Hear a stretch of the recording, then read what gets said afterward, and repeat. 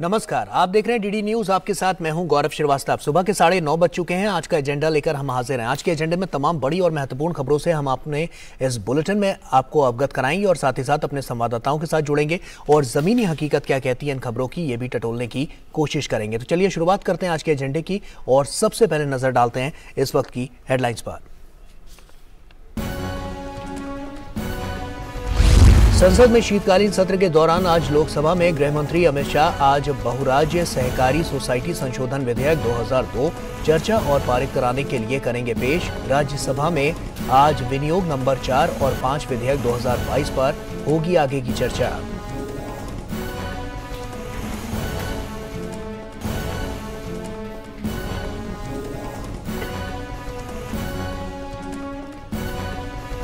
उत्तर भारत में मौसम ने ली करवट। दिल्ली में सामाजिक प्रगति को लेकर सूचकांक आज होगा जारी। महत्वपूर्ण तथ्यों पर रखे जाएंगे साक्ष्य।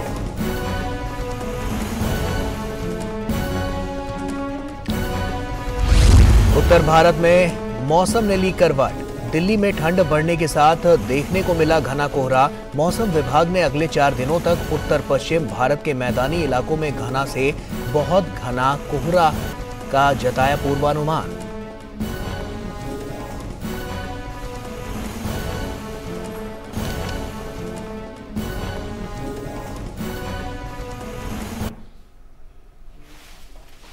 और आइए अब आज के एजेंडे की शुरुआत करते हैं। संसद के शीतकालीन सत्र में आज दोनों सदनों में अहम विधायी कार्य सूचीबद्ध हैं। लोकसभा में गृह मंत्री अमित शाह बहुराज्य सहकारी सोसाइटी संशोधन विधेयक 2002 को संयुक्त समिति में भेजने के लिए प्रस्ताव पेश करेंगे। वहीं जनजातीय मामलों के मंत्री अर्जुन मुंडा संविधान अनुसूचित जाति और अनुसूचित जनजातियां आदेश दूसरा संशोधन विधेयक 2022 चर्चा के लिए पेश करेंगे। वहीं कानून मंत्री किरेन रिजिजू निरसन और संशोधन विधेयक 2022 चर्चा और पारित कराने के लिए सदन में पेश करेंगे। राज्यसभा की बात करें तो राज्यसभा में आज विनियोग नंबर 4 और 5 विधेयक 2022 पर आगे की चर्चा होगी, जिसे वित्त मंत्री निर्मला सीतारमण ने कल सदन में पेश किया था। वहीं जनजातीय मामलों के मंत्री अर्जुन मुंडा संविधान अनुसूचित जाति जनजातियां आदेश दूसरा संशोधन विधेयक 2022 चर्चा के लिए पेश करेंगे। और वहीं केंद्रीय कृषि मंत्री नरेंद्र सिंह तोमर प्रधानमंत्री नरेंद्र मोदी की एक विशेष पहल मिलेट ईयर के अवसर पर आज संसद परिसर में संसद के सभी सदस्यों के लिए विशेष मिलेट ओनली दोपहर के भोजन की मेजबानी करेंगे। इस दौरान सांसद ज्वार, बाजरा, रागी और अन्य मोटे अनाज से बने व्यंजन का आनंद लेंगे। प्रधानमंत्री नरेंद्र मोदी की पहल पर संयुक्त राष्ट्र ने वर्ष 2023 को अंतर्राष्ट्रीय बाजरा वर्ष घोषित किया है और भारत के प्रस्ताव को 72 देशों ने समर्थन दिया और संयुक्त राष्ट्र महासभा ने मार्च 2021 में साल 2023 को अंतर्राष्ट्रीय बाजरा वर्ष के रूप में घोषित किया है। और संवाददाता कुमार आलोक हमारे सहयोगी हमारे साथ जुड़ रहे हैं, उनका रुख करते हैं। कुमार आलोक, आपसे पहले भी बात हो रही थी और ऐसे में आज संसद में क्या खास होने वाला है, सबसे पहले उसकी बात करते हैं और क्या जानकारी है आपके पास? जैसा कि आपने बताया कि बाजरा आज वहाँ पर कृषि मंत्री ने लंच का आयोजन किया जिसमें प्रधानमंत्री खुद शिरकत करेंगे। और आपको पता होगा कि प्रधानमंत्री की पहल पर यूएन ने 2023 को अंतर्राष्ट्रीय बाजरा वर्ष घोषित किया है। और आपको पता है कि अंतर्राष्ट्रीय स्तर पर अगर हम बात करें तो 76 देशों से भी ज़्यादा देशों में बाजरा का उत्पादन है और बाजरा एक मुख्य फसल के रूप में उपयोग में लाया जाता है लोगों के द्वारा।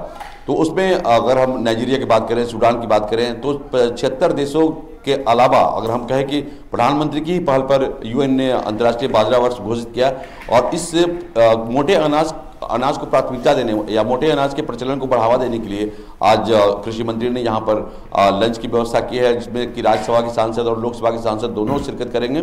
और इसके अलावा अगर हम संसद की आज की कार्रवाई की बात करें तो बिल जो पास होंगे या बिल जो रखे जाएंगे, उसके अलावा जो महत्वपूर्ण चीज है कि संसद के दोनों सदनों में आज लोकसभा और राज्यसभा में संसदीय समितियों की तरफ से कुछ महत्वपूर्ण रिपोर्टें सौंपी जानी है। लोकसभा में आज पब्लिक अंडरटेकिंग पर संसदीय समिति कैग की रिपोर्ट पर आधारित एनडीएमसी की ऑपरेशनल परफॉर्मेंस की समीक्षा रिपोर्ट देगी। इसके अलावा एक देश एक पावर टैरिफ पर भी संसदीय समिति रिपोर्ट पेश करेगी। इसके अलावा एक बहुत जो इंपॉर्टेंट चीज है जो गृह मंत्री अमित शाह उसको रखेंगे, लोकसभा में टूरिज्म पर संसदीय समिति आज ही स्मारकों की सुरक्षा के लिए रेगुलेशन और नागर विमानन क्षेत्र से जुड़े सुरक्षा मुद्दों पर अपनी रिपोर्ट देगी। इतना ही नहीं, गृह मंत्री अमित शाह बहुराज्य सहकारी समितियां संशोधन विधेयक 2022 को ज्वाइंट कमेटी को भेजने का प्रस्ताव करेंगे। इसी तरह राज्यसभा में स्वास्थ्य मंत्री मनसुख मंडाविया और वित्त राज्य मंत्री पंकज चौधरी ग्रांट्स पर बयान देंगे। जैसा कि आपने बताया कि अप्रोप्रिएशन बिल को लेकर के निर्मला सीतारमण संसद में आज बिल को पास कराने की कोशिश करेंगी। इसके अलावा अनुसूचित जाति और अनुसूचित जनजाति पर जो संविधान संशोधन विधेयक है उसको लेकर के अर्जुन मुंडा उसको विधेयक पेश करेंगे और उसको पारित करवाने का प्रयास करेंगे। और दूसरी जो सबसे बड़ी बात है कि जिस तरीके से राज्यसभा में खास करके जो गतिरोध बना हुआ है भारत चीन सीमा विवाद को लेकर के, तो कल भी जो विपक्षी दल था उसने वॉकआउट किया और संसद की कार्यवाही को सुचारू रूप से चलने में उन्होंने बाधा खड़ा की। तो आज ये देखना होगा कि जो फ्लोर मैनेजर होते हैं सरकार की ओर से, जो फ्लोर मैनेजर होते हैं और जो अपोजिशन की ओर से फ्लोर मैनेजर होते हैं, तो उनसे क्या बातचीत होती है सत्र शुरू होने से पहले। तो ये देखने वाली विषय हुई कि आज विपक्ष का क्या रवैया होता है और सरकार उस पर क्या, सरकार ने पहले ही चाहे वो रक्षा मंत्री हो चाहे विदेश मंत्री हो, उन्होंने साफ उन्होंने बयान दे दिया है और साफ स्पष्ट कर दिया है कि हम 1 इंच भी, हालांकि चाइना ने सीमा में घुसने की कोशिश की थी जो लाइन ऑफ एक्चुअल कंट्रोल है वहां पर, लेकिन हमारी सेना ने उसे खदेड़ दिया और आज स्थिति वहां पर बिल्कुल सामान्य है। और इतने सारे स्पष्टीकरण देने के बावजूद अगर विपक्ष का रवैया ऐसा है जो सदन को सुचारू रूप से चलने में मदद नहीं कर रहे हैं, तो आज देखना होगा ये फ्लोर मैनेजर की क्या भूमिका होती है। बिल्कुल कुमार आलोक, हमने पहले भी देखा, इससे पहले मानसून सत्र में और उससे पहले पिछले साल के भी संसदीय सत्र में लगातार जो विपक्ष है वो जब हंगामा करता है तो कहीं ना कहीं उसकी भेंट संसद का जो कार्रवाई होती है संसद की वो चढ़ती है।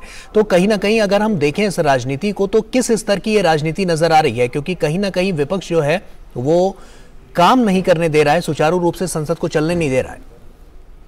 देखिए ये मैंने जैसा कि आपको पहले मैंने बताया कि रक्षा मंत्री ने बहुत विस्तृत रूप से बयान दिया था गलवान की जो स्थिति है या जो वहाँ तवांग की जो स्थिति है उसको लेकर के, और चाइना का क्या रोल रहा है और हमारे भारतीय सेना का क्या रोल रहा है उसको लेकर के एक स्पष्ट रूप से बयान दिया था रक्षा मंत्री ने, फिर विदेश मंत्री ने भी बयान दिया। इसके बावजूद जो गतिरोध पैदा करने की कोशिश विपक्ष के द्वारा हो रही है, खासकर 2024 को लेकर के कांग्रेस अपनी ओर से जो काफ़ी कमज़ोर हो चुकी है, एक तरह से देखें राष्ट्रीय स्तर पर उसकी प्रासंगिकता बहुत कमज़ोर हुई है, उसको लेकर वो विपक्षी दलों को इस मसले पर एकत्रित करने की कोशिश कर रही है। और खासकर 17 दलों को लेकर के वो उन्होंने वॉकआउट किया था, लगातार वो वॉकआउट कर रहे हैं। तो अब देखना ये होगा कि जो फ्लोर मैनेजर जो होते हैं सत्ता पक्ष के होते हैं, संसदीय कार्य मंत्री होते हैं, तो इनसे बातचीत होती है। जब बीएससी की जो बैठक होती है उसमें जब सत्ता पक्ष और विरोधी पक्ष के साथ जब बैठकें होती है तो उसमें विपक्ष ये मान जाता है कि हाँ हम संसद की कार्रवाई को सुचारू रूप से चलने देंगे।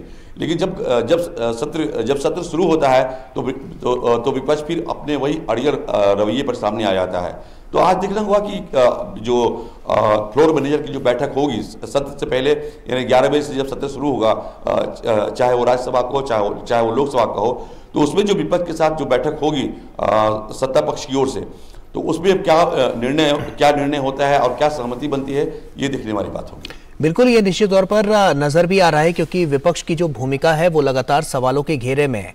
ऐसा में जो बात निकलकर सामने आई थी कि जो राहुल गांधी ने जो बयान दिया था, इस पर कल केंद्रीय मंत्री पीयूष गोयल ने भी अपनी तरफ से जो बात कही कि सेना का मनोबल तोड़ने की यहाँ पर कोशिश लगातार की जा रही है।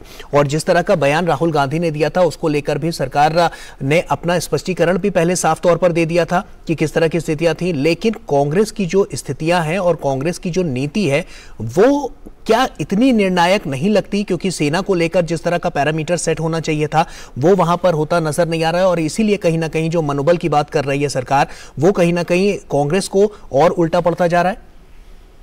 देखिए कांग्रेस के लिए एक सेटबैक ये है कि FCRA के ने उनको राजीव गांधी फाउंडेशन के जो पैसे आते हैं उसमें चाइना से काफ़ी सारे पैसे आए हैं और उसको लेकर के FCRA एक्ट के तहत उनकी मान्यता रद्द कर दी गई है। तो कांग्रेस के लिए ये चिंता जाहिर है कि वो अपने आप को ये साबित करने की कोशिश कर रही है कि हम चाइना के सख्त विरोधी हैं। तो इसको क्योंकि उन पे ये आरोप है और ये साबित भी हो चुका है कि राजीव गांधी फाउंडेशन के लिए जो पैसे आए हैं, चाइनीज पैसे आए हैं, वो अवैध हैं। तो उसको लेकर अपने फेस को बचाने के लिए कांग्रेस ये साबित करने की कोशिश कर रही है कि सबसे बड़ी चीन की वही विरोधी है। हालांकि भारत सरकार की ओर से लगातार ये आश्वस्त किया जा रहा है, संसद में आश्वस्त किया जा रहा है, संसद के बाहर जो मंत्री हैं वो स्पष्ट कर रहे हैं कि वहाँ जो चीन की जो तवांग की जो स्थिति है वो बिल्कुल नियंत्रण में है। लेकिन इसके बावजूद कांग्रेस, खासकर कांग्रेस, इस मुद्दे को उठा करके ये साबित करना चाहती है कि हमारी जो रक्षा मंत्रालय है या जो हमारे सेना के जवान जो लगातार डटे हुए हैं, उतने -20 डिग्री, -30 डिग्री टेम्परेचर पर वो जो भारत की निगाहबानी कर रहे हैं, उनके हौसले को पस्त करने की कोशिश कांग्रेस कर रही है। तो इसको लेकर के जो पब्लिक है या जो अगर कांग्रेस को इतनी चिंता है तो आप ये बताएं कि रक्षा मंत्रालय की ओर से हमारे सैनिक, जो बहादुर सैनिक हैं या उनके जो शीर्ष सेना के जो ऑफिसर हैं, उन्होंने भी ये बयान दिया है कि बिल्कुल नॉर्मल स्थिति है वहां पर और चाइना की किसी भी, और ये तस्वीरें भी सामने आई थी जब केंद्रीय मंत्री किरेन रिजिजू ने वहां का दौरा किया था, तो साफ तौर पर वो वहां पर सेना के जवानों से मिले भी थे और ये स्पष्ट इस बात को साफ कर दिया गया था उन तस्वीरों के जरिए भी कि वहां पर जो स्थिति है पहले से सामान्य है और वहां पर पूरी तरह से वो जो पूरा क्षेत्र है वो सुरक्षित है। बहरहाल आपका बहुत बहुत शुक्रिया तमाम जानकारियां हमसे साझा करने के लिए, लेकिन आप नजर बनाकर रखिएगा, पार्लियामेंट से जुड़ी हुई तमाम छोटी बड़ी अपडेट आपसे लेते रहेंगे। बहुत बहुत शुक्रिया। आगे बढ़ते हैं। उत्तर भारत में मौसम ने एकाएक करवट ले ली है। तापमान में जहां एक तरफ लगातार कमी दर्ज हो रही है, वहीं दिल्ली में ठंड के साथ ही कोहरे का असर भी दिखना शुरू हो गया है। आज सुबह दिल्ली NCR इलाके में घना कोहरा देखने को मिला। कल मौसम का पहला कोहरा देखने को मिला था। वहीं स्थिति ये रही है कि राजधानी में दृश्यता घटकर 50 मीटर तक रह गई है। मौसम विभाग ने अगले 5 दिनों के दौरान उत्तर पश्चिम भारत के मैदानी इलाकों में घना से बहुत घना कोहरा का पूर्वानुमान किया है। मौसम विभाग ने एक बयान में कहा है कि सिंधु गंगा के मैदानी इलाकों में निचले क्षोभमंडलीय स्तरों पर नमी और मंद गति की हवाओं के कारण पंजाब, हरियाणा, चंडीगढ़, दिल्ली, हिमाचल प्रदेश और उत्तर प्रदेश में रात और सुबह के दौरान कुछ इलाकों में अगले 3 दिन के दौरान घना, जबकि चौथे और 5वें दिन बहुत घना कोहरा छाए रहने की संभावना है। और वहीं राजधानी दिल्ली की आबोहवा लगातार बिगड़ रही है। केंद्रीय प्रदूषण नियंत्रण बोर्ड के मुताबिक दिल्ली का वायु गुणवत्ता सूचकांक कल 410 दर्ज किया गया। AQI में आए इस अचानक उछाल के मद्देनजर राष्ट्रीय राजधानी क्षेत्र और आसपास के क्षेत्रों में वायु गुणवत्ता प्रबंधन आयोग के ग्रेडेड रिस्पॉन्स एक्शन प्लान के तहत उप समिति ने कल एक आपातकालीन बैठक की। इस दौरान उप समिति ने समग्र वायु गुणवत्ता मापदंडों की व्यापक समीक्षा की। उप समिति स्थिति पर बारीकी से नजर रख रही है और दिल्ली में वायु गुणवत्ता और मौसम विभाग द्वारा उपलब्ध कराए गए पूर्वानुमान के आधार पर आगे के उचित निर्णय के लिए आवश्यकता पड़ने पर आज फिर से स्थिति की समीक्षा करेगी। और वहीं उत्तर भारत में ठंड का प्रकोप लगातार बढ़ता जा रहा है। दिल्ली, उत्तर प्रदेश और पंजाब समेत कई राज्यों में ठंड बढ़ गई है। पहाड़ों पर हो रही बर्फबारी के कारण मैदानी इलाकों में सर्दी बढ़ गई है। दिल्ली NCR में तापमान गिरने के साथ ही ठंड और ठिठुरन बढ़ गई है। साथ ही कोहरे की चादर भी पैर पसारने लगी है। देश के कई राज्यों में आज सुबह ठंड के साथ सड़कों पर कोहरे की चादर बिछ गई, जिससे विजिबिलिटी बहुत कम हो गई। वहीं वाहनों की रफ्तार भी धीमी दिखाई दी। लोग अपने वाहनों की लाइट के साथ इंडिकेटर का प्रयोग भी करते दिखाई दिए। मौसम विभाग की आज सुबह 5:30 बजे जारी रिपोर्ट के अनुसार भटिंडा में 100 मीटर तक दृश्यता रही। वहीं दिल्ली के पालम, अमृतसर, पटियाला, लखनऊ में 25 मीटर तक विजिबिलिटी रही। अंबाला और आगरा में 200 मीटर, गोरखपुर में 300 मीटर और बरेली, पटना, गया और कोलकाता में 500 मीटर तक दृश्यता रही। कम दृश्यता के कारण वाहन चालकों को वाहन चलाते वक्त परेशानियों का सामना करना पड़ा। और इसी पर लखनऊ से विकास सिंह हमारे सहयोगी हमारे साथ जुड़ रहे हैं। विकास का रुख करते हैं। विकास, आपसे पहले भी बात हो रही थी और ऐसे में अब आपसे यही समझना चाहेंगे कि जिस तरह से मौसम विभाग ने जो अलर्ट दिया है, प्रशासन की ओर से क्या तैयारियां की गई हैं इसको लेकर? जी बिल्कुल, मौसम विभाग की तरफ ऑरेंज अलर्ट उत्तर प्रदेश के लिए दिया गया है। लगभग 24 जनपदों में, 36 जनपदों में येलो अलर्ट दिया गया है।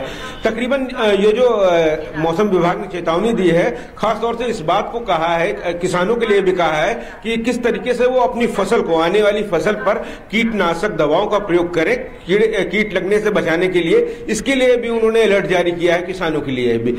कोहरा, घना कोहरा छाए रहने की संभावना है अगले 2 से 3 दिन, काफी ज्यादा। हम देख रहे थे आज सुबह ही जिस तरीके से मौसम विभाग ने जो अनुमान जताया था, उसी के अनुसार कल से ये कोहरा चालू हुआ था और आज देख रहे थे विजिबिलिटी बिल्कुल ही कम थी।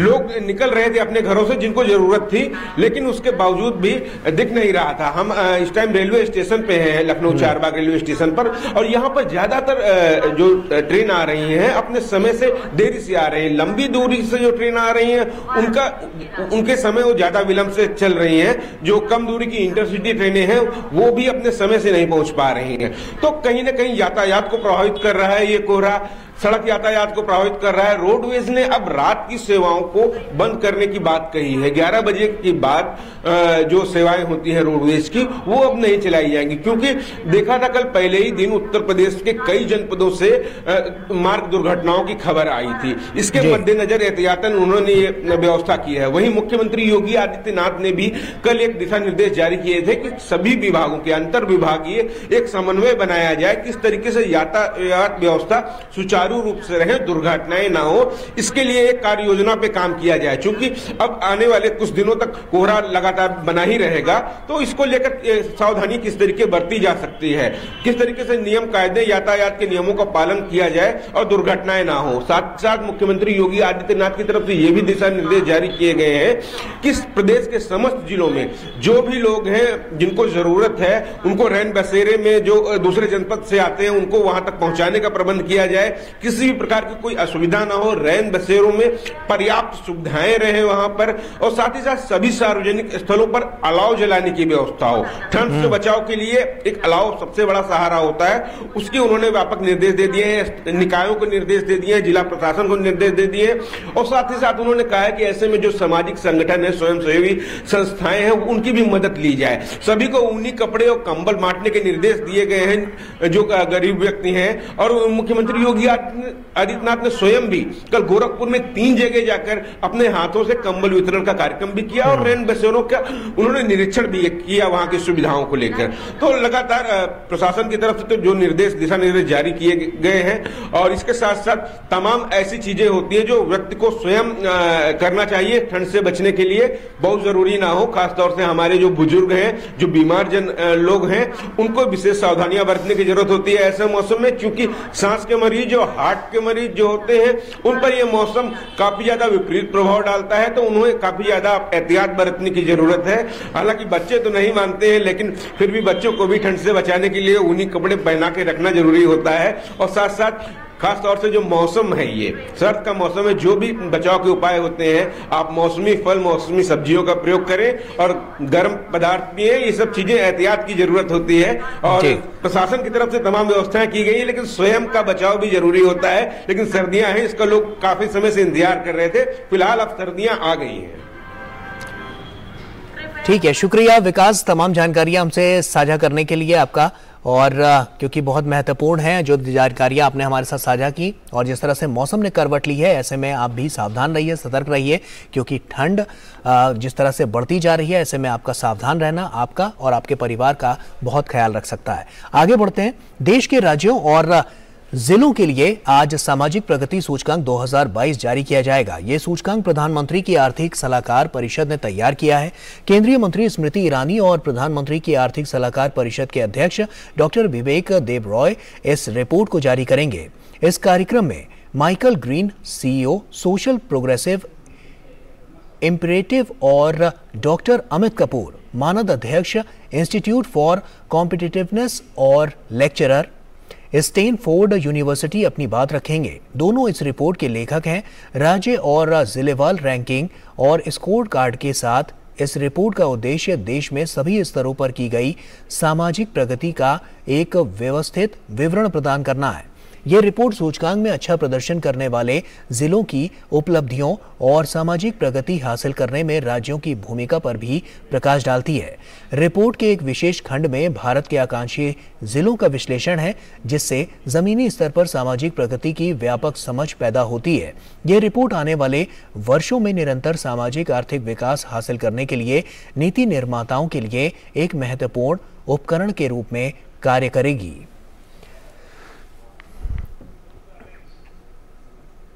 संवाददाता धीरज कुमार हमारे साथ जुड़ चुके हैं। धीरज का रुख करते हैं। धीरज, ये रिपोर्ट काफी कारगर साबित होने वाली है, क्योंकि जो आंकड़े इस रिपोर्ट में सामने आएंगे वो कहीं ना कहीं दिशा और दशा दोनों तय करेंगे, जिलेवार तरीके से, राज्यवार तरीके से।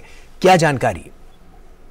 जी बिल्कुल, ये जो रिपोर्ट अभी आज केंद्रीय मंत्री स्मृति ईरानी इस रिपोर्ट को पेश करेंगे, जिसमें कि जो प्रधानमंत्री की आर्थिक सलाहकार परिषद के जो अध्यक्ष हैं डॉक्टर विवेक देबरॉय, उनकी अध्यक्षता में ये रिपोर्ट पेश की जाएगी। और ये रिपोर्ट जो तैयार की गई है, ये रिपोर्ट देश भर के राज्यों, देश के सभी राज्यों और जिलों को के आधार पर तैयार किया गया है। और इसका आधार ये है कि जो सामाजिक प्रगति सूचकांक, मतलब जो हमारा समाज है, वो हमारा समाज कितने बेहतर रूप से वहाँ पे विकास का कार्य हुआ है, उसके आधार पर इस रिपोर्ट को तैयार किया गया है।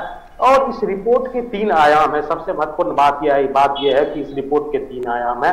और जो अगर हम पहले आयाम की बात करें तो पहले आयाम में जो मानव की जो मूलभूत आवश्यकताओं को रखा गया है, और दूसरे आधार को अगर हम देखें तो दूसरे आधार के तौर पर जो मानव के जो रहन सहन के तौर तरीकों को आधार बनाया गया है। और तीसरे आधार की अगर हम बात करें तो उसमें अवसर की समानता को रखा गया है। तो इन 3 बुनियादी जो आवश्यकताएं जो है मानव की, चाहे उनकी आवश्यकताएं हैं, उनके जो रहन सहन के तरीके हैं और अवसर हैं, इन्हीं तीनों के आधार पर इस रिपोर्ट को तैयार किया गया है। और इसके साथ ही एक अंतिम बात यह है कि उसमें आकांक्षी जिलों को भी रखा गया है। मैं आपको बता दूं कि इन तीनों आधार का अगर हम विवरण कर पाए तो इस विवरण से हमें ये मिलेगा कि अगर हम मानव की बुनियादी आवश्यकताओं की बात करेंगे तो वहां तक उनके पास स्वास्थ्य की क्या सुविधाएं पहुंची है, उनके पास पेयजल की क्या सुविधाएं हैं, जो उनकी जो मूलभूत आवश्यकता है, उस मूलभूत आवश्यकताओं में कितनी प्रगति हुई है, इस पर एक रिपोर्ट तैयार की जाएगी। और अगर हम दूसरे आयाम की बात करें तो जीवन के रहने के जो तरीके हैं, उनके तरीके में क्या क्या प्रगति हुई है, कैसे उनका जीवन जो है वो बेहतर हुआ है, जैसे कैसे समाज कल्याण की योजनाएं उन तक पहुंची है, कैसे उन तक जो उनके जीने के जो तरीके हैं, कैसे उनके जीने के तरीके आर्थिक विकास के साथ, सामाजिक प्रगति के साथ उनके जीवन के तरीके कैसे बदले हैं। और तीसरी बात जो अवसर, जिसके बारे में हम लोग जानते हैं कि कैसे उनके लिए अवसर की जो समानताएं हैं वो बढ़ी है। तो इन तीनों को आधार बनाकर इस रिपोर्ट को तैयार किया गया है। और साथ ही देश के जो 112-13 जो आकांक्षी जिले थे, जिसके बारे में प्रधानमंत्री ने जो चिंता जाहिर की थी कि इन जिलों में जो है चाहे वो पानी की सुविधा हो, चाहे वो बिजली की सुविधाएं हो, चाहे आवास की सुविधाएं हो, और उन्होंने साफ तौर पे जोर देकर इस बात का जिक्र किया था कि इन जिलों को हमें पैरेलल में लाके खड़े करना है। मतलब ये जो पिछड़े जिले हैं, जो आकांक्षी जिले हैं, स्पेशल डिस्ट्रिक्ट्स हैं, स्पेशल डिस्ट्रिक्ट में भी जो विकास के जो तमाम जो मापदंड हैं जो हमने बनाई है, उस मापदंड का भरपूर वहां भी पहुंचे। तो इसके लिए उन्होंने एक रिपोर्ट तैयार करी थी। और 112 जिले हैं, 112 जिलों की भी रिपोर्ट इसमें लाई गई है कि हाँ कैसे जो मूलभूत सुविधाएं हैं, चाहे पानी की सुविधाएं हो, चाहे बिजली की सुविधाएं हो, चाहे आवास योजना हो, चाहे महिलाओं के लिए बनी स्कीम हो, चाहे स्मार्ट कार्ड की योजनाएं हो, चाहे तो स्वास्थ्य के संबंधित योजनाएं हो, तो वो योजनाएं कैसे यहाँ तक पहुंची है, उसके आधार पर भी इस रिपोर्ट को तैयार की गई है। और अगर हम इसका पूरे इस रिपोर्ट को जो अभी जारी करेंगे केंद्रीय मंत्री स्मृति ईरानी, तो इस रिपोर्ट का क्रक्स यह है कि सामाजिक जो विकास है, सामाजिक प्रगति है, जो सामाजिक प्रगति के बिना जो देश के विकास को लंबे समय तक सस्टेन नहीं किया जा सकता है। इसलिए हमें सामाजिक जो प्रगति, हमारा समाज किस आधार पर प्रगति कर रहा है और किस आधार पर उसे अवसर की समानता मिल रही है, उसी आधार पर जो हमारा जो देश का जो विकास है, वो विकास का मापदंड है, वो तय होगा। जी बिल्कुल, तमाम जानकारियों के लिए आपका बहुत बहुत शुक्रिया। आपने बहुत ही डिटेल में बारीकी से इस पर पूरी जानकारी दर्शकों तक पहुंचाई है। बहुत बहुत शुक्रिया आपका। लेकिन आप नजर बनाकर रखिए, हम आगे भी आपसे इस मसले पर अपडेट लेते रहेंगे। बहरहाल आपका बहुत बहुत शुक्रिया। और इसी के साथ आज के एजेंडे में फिलहाल अभी के लिए इतना ही। आप बने रहिए डीडी न्यूज के साथ। खबरों का सिलसिला लगातार जारी है। हमें दीजिए इजाजत। नमस्कार।